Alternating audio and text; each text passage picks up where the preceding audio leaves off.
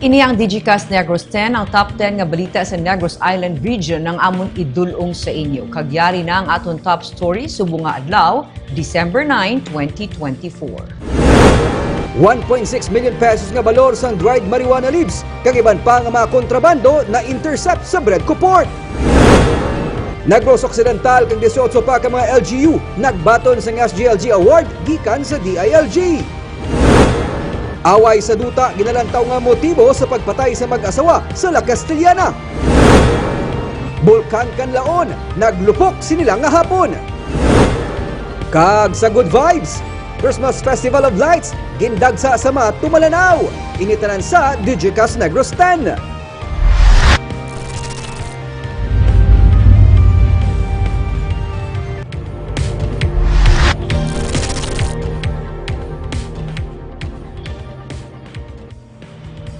Sa number 10, may pagsaka kag may pagpanawag ang presyo sa gatong buwas. May rollback na ginapaabot sa presyo sang diesel sa salapi tubtub 70 sentimos kada litro. Ini sa ginpahayag sang Unioil Petroleum Philippines sang Sabado. Pero ang presyo sang kada litro sang gasolina ang magasaka sa 10 tubtub 30 sentimos kada litro. Ang kerosene ang ginapaabot naman nga magabarato sa 40 tubtub 60 sentimos sa kada litro.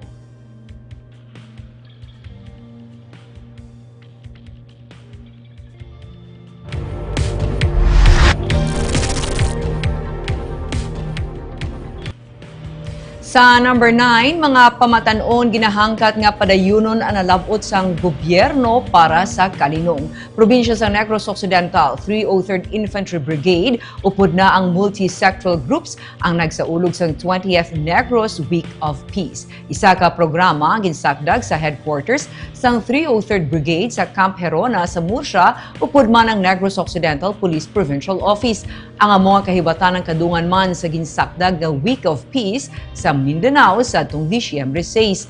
Sa mensahe ni 3rd District Board Member Andrew Montelibano, iya ginhangkat ang mga pamatanon nga padayunon ang mga naagom dadala sa nga mga tikang sa paglabot sang kalinong. Nalakip sa mga nagtambong sa seremonya ang mga nakigbahin sa Provincial Youth Leadership Summit. Yadto man ang mga former rebels nga ginpasalig ng Montelibano nga ang gobyerno ang padayon nga magahatag sa suporta sa ila, labi na nga sila ang nagbalik na sa sabak sang gobyerno. Ginsiling naman ni Brigadier General Ted Dumusmog, ang commander sang 303rd Brigade, nga ang stability sa isa ka nasyon yara sa pag-angkon sang kalubaran o kung pag-ayo sa anuman nga nagatunga sini. So I am encouraging the youth. You have a long way to go compared to us. So I believe that you will be the one to lead. You will be the one to continue everything that what we are doing today. So that is a challenge I leave to the youth today. May this small group on a daily basis become bigger and bigger and bigger. What you have learned in the past few days, you may teach that to your different friends, families, and people around you.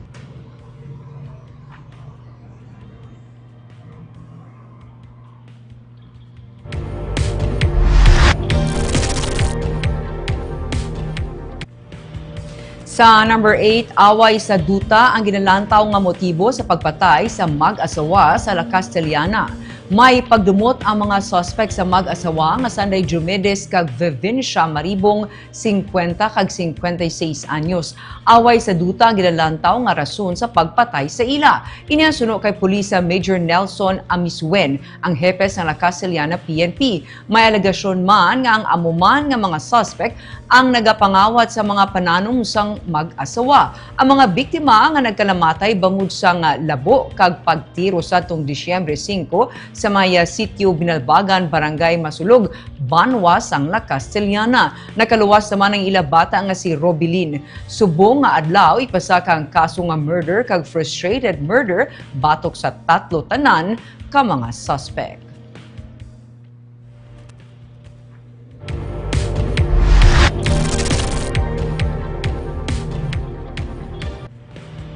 Sa number 7, duha ka mga PWUD o persons who used drugs nagpositibo sa drug test. Hindi lamang sa mga empleyado sa syudad regular nga nagapatigayo na sang drug testing ang San Carlos City, kundi nalakip naman diri ang mga persons who used drugs nga nakakompleto na sa nga ilang nga community-based drug rehabilitation program. Sa pahayag nga ginpagawa sang LGU, nagpatuman sang monitoring activity ang San Carlos City Anti-Drug Abuse Council sa mga PWUD sa Barangay Kudkod sa atong Disyembre 6. Hindi maglubo sa 15 ka mga PWUD nga nakakompleto sa ilang community-based drug rehabilitation program sa atong Hunyo 9, 2023 ang nagpaidalom sa random drug testing kag duha sa ila ang nagpositibo. Tuyo sa monitoring activity suno kay Mitos Vepinosa sang SC Kadak nga matrack ang progress ang PWUD kag ma-assess man sila.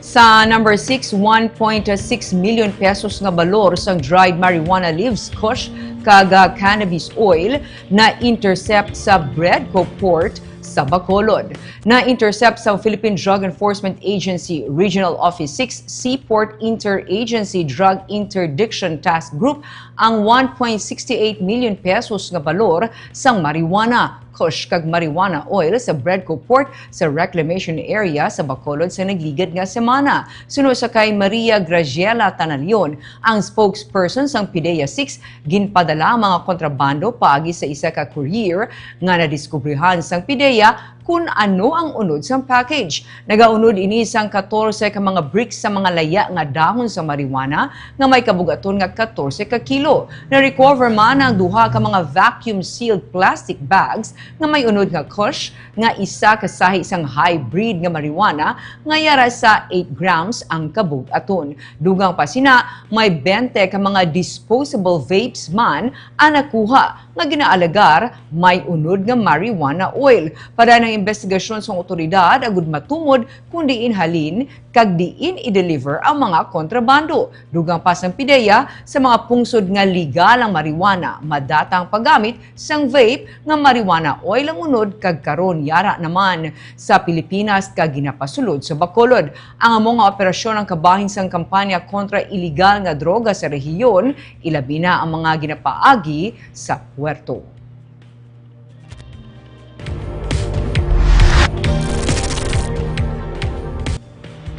Sa number 5, DTI nagapaandam sa mga commercial establishment nga wala nagahatag sa insakto nga kambyo sa mga bumalakal.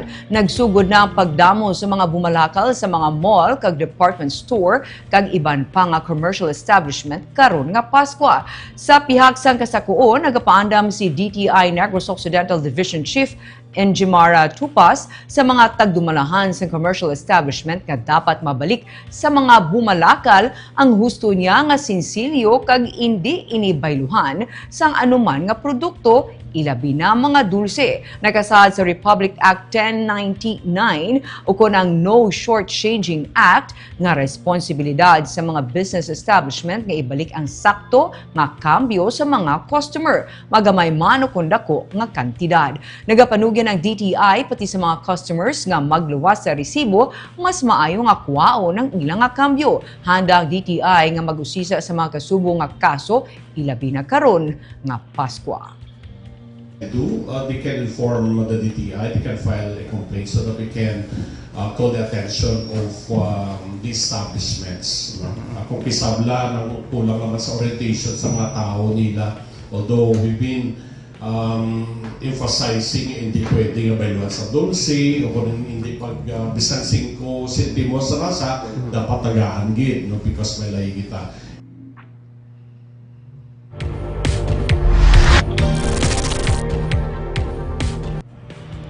Sa number 4, Mayor Javi Benitez nagpaathag sa pag-classify sa Victoria sa bilang 4th class city. Nagapanguna bilang most improved component city sa Western Visayas ang Victoria City. pero nagapabilin ini nga bilang fourth class city base sa income reclassification sa Department of Finance. Ginpaathag ni Mayor Javi Benitez nga na base ang classification nga sa mga nakolekta nga data sang average annual regular income sa mga LGUs sang 2020 tubtub 2022. Pila ka bulan antes pa man siya napili bilang alkalde. Nakaapekto man sunod sa iya ang maggamay nga national tax allotment o kun NTA share sang syudad pareho sa nabaton sa La Carlota City nga na-classify bilang fourth class city. Ginapaabot sa alkalde nga pinaagi sa mga programa nga nakahatag kadalag-an sa syudad sa idalom sa iya administration. Sara nga malabot sa Victorias ang third class city classification sa Madason nga tinuig.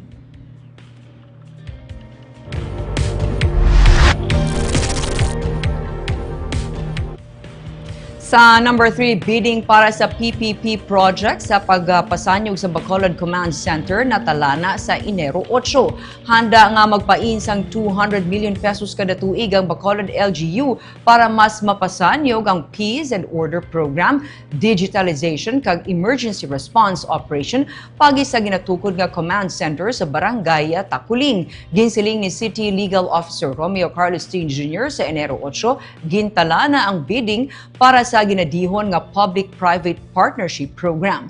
Ang mapili nga bidder maga-install sa ginatus ka mga CCTV cameras sa mga strategic areas kag maga-manage sang data storage para sa digitalization program sang syudad sa sulod sa napulo katuig. Ginpasiguro ni Ting ang Bacolod LGU ang magapanag-iya sang data nga sarang magamit agud mas mapadasig pa ang pagserbisyo kag pagprogreso sa mga transaction pagi sa moderno nga teknolohiya.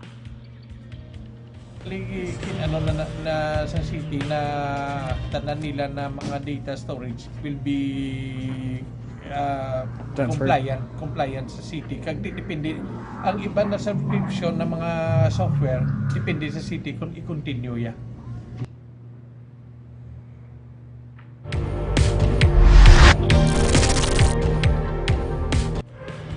Sa number 2, Negros Occidental kag 18 ka mga banwa kag syudad agin pasidunggan sa isa ka national awarding ceremony sa Manila bilang mga DILG Seal of Good Local Governance awardees. Personal ang ginbaton sa mga local chief executives ang 2024 SGLG Award. Ang SGLG isa ka initiative sa Department of the Interior and Local Government na nagaserbe nga hallmarks ang good governance kag nagakilala sa LGU nga nagatib-ong sang integrity and efficiency sa pag-deliver sang public service. Ang award ang ginahatag sa mga banwa, syudad kag probinsya nga nagapakita sang exceptional performance sa mga key areas. Nagalakip ini sang good financial housekeeping, disaster preparedness, social protection para sa basic sector, business friendliness and competitiveness, environmental management, law and order kag public safety. Nalakip sa mga SGLG awardees magluwas sa Negros Occidental amo ang Bacolod City, Bago City, Cadiz City, Escalante City, Himamaylan City, La Carlota City, Sagay City, San Carlos City, Silay City, Sipalay City, Talisay City, kag Victoria City. Sa mga banwa naman, awardee ang EB Magalona, Hinigaran, Ilog Isabela, La Castellana, kag Manapla. Sino kay DILG Secretary John Vic Remulla, 41 ka provinces, 96 cities, kag 577 ka municipalities ang awardees. Iya nga ginpanginbulahan ng mga awardees pero iya ginbuso sa iya nga speech ang pila ka mga bag-o kaangay isang pag-reduce sa 3 sa mga categories kasubuman sa pagpatuman sini nga hindi na mangin tuigan.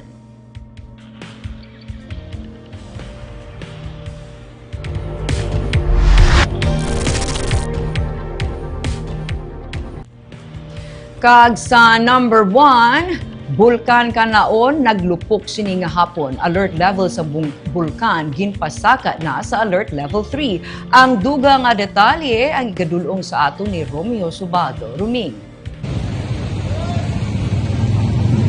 Barb, naibita sa buong diri sa may barangay Maaw sa Bago City. Makitaan nyo sa likod po ang dalan, no? Naga-gray, nagapugati. Tungod sa asphalt nga natabo pagkatapos ang paglupok sa bulkan kanlaon sini nga hapon. no? Subong kita sa tubangan sa merkado mismo sang Maaw. Mga tao diri iba nagamask na, no, katungod nga grabe ang yabok kada may maglabay nga salakyan ginulupad ang mga apo, no.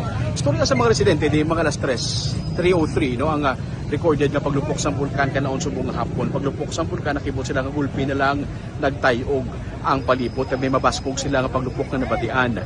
Pagkasunod sina pila lang ka mga minutos nagsugod na ang asphalt diri sa may barangay Maaw. Wala labot sa apo, may mga magagmay nga bato nga nagkalahulog diri sa mga halin sa bulkan mismo nga gagmay nga mga bato nga kag nagapanimahaw sa nga supre.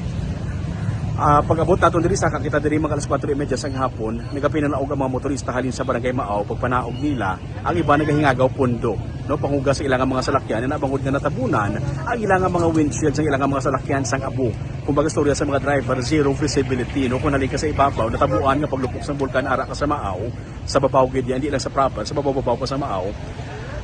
Natabunan ang imong windshield sa mga abo sang gikan sa bulkan. So mo to nagpunundo anay, tapos kun ara ka sa dala nagabiyahe kasi may crossing mining pa lang, makita mo na nga daan pakadto sa crossing mining pa lang nga nagapugatin ang highway kag nagasulugot anay mga salakyan aso ang abo, no, kada malapakan sa salakyan. Madamol katama ang yabok gikan sa asphalt.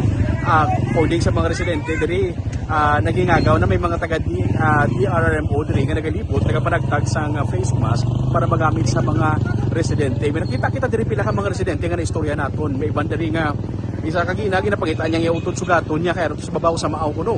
So gisugat niya tuan kay naglibot sang isda, sa nagalibot man sang isda, luyaya papulion na sa sitwasyon sa karon, gusto niya papulion ang iyang utod. So gisugat niya sa babaw kag ipapanaog na, no. Mga tricycle, salakyan, puno tanan ka mga abo. So istorya man sa mga estudyante, mas isa rin eskwelahan kay na nga may mga estudyante nagkalalipungan tungod sa pagpanik siguro dala sa paglupok sa bulkan, nagkalalipungan, so nagbinuligay sila para hakwaton ang mga estudyante. As of the moment, no, according sa mga ibang diri nga mga residente nagpatumato na nang ipapanaog anay, no, nangita sa ibang lugar nga tiniran bayaran ka tayo na sugat ang mga tigulang may bitbit ka bata di pa kamayo nila magpanaog anay na nakitungod nga kadambol katama sang abo kag yabo kasi delikado sa ikayong lawas, no. So advice sang taga barangay diri nga tanan dapat anay nagamask kun ari ka diri kay grabe ka dambol sang yabok manabyan ka sa lakyan nagapugati nagaasok ang yabok, no.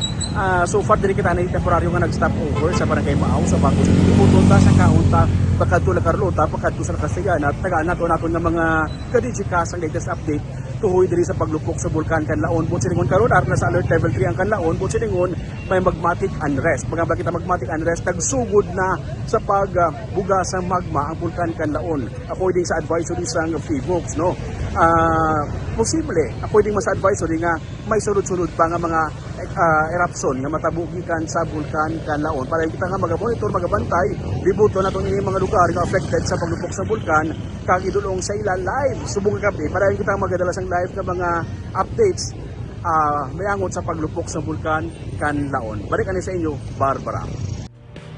Madamo nga salamat Romeo Subado kag paghalong mandira.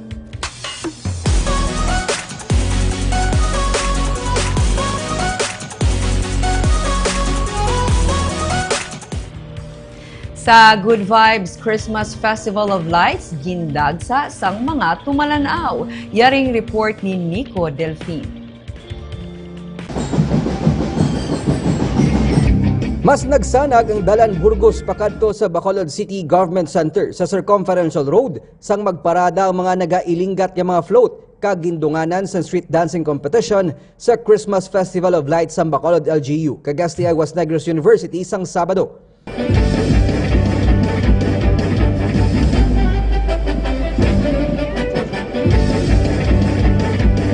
Upod nga nagmarcha mga drum and bugle corps sa mga eskwelahan kag mga manunudlo.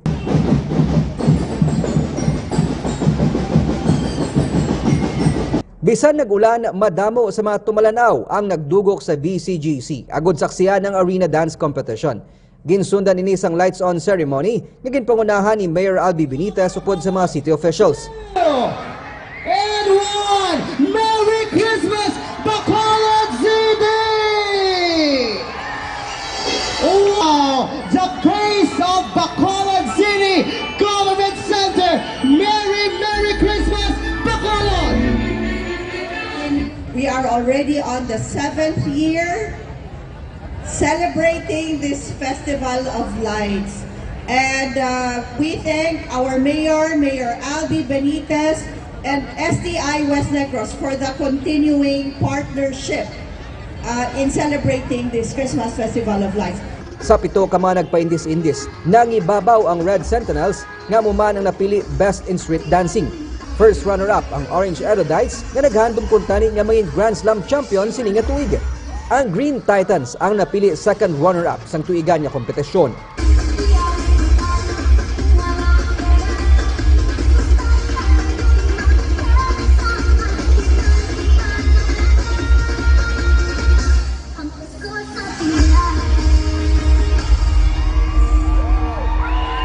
We are here, we have our commitment to continue the things that we have started.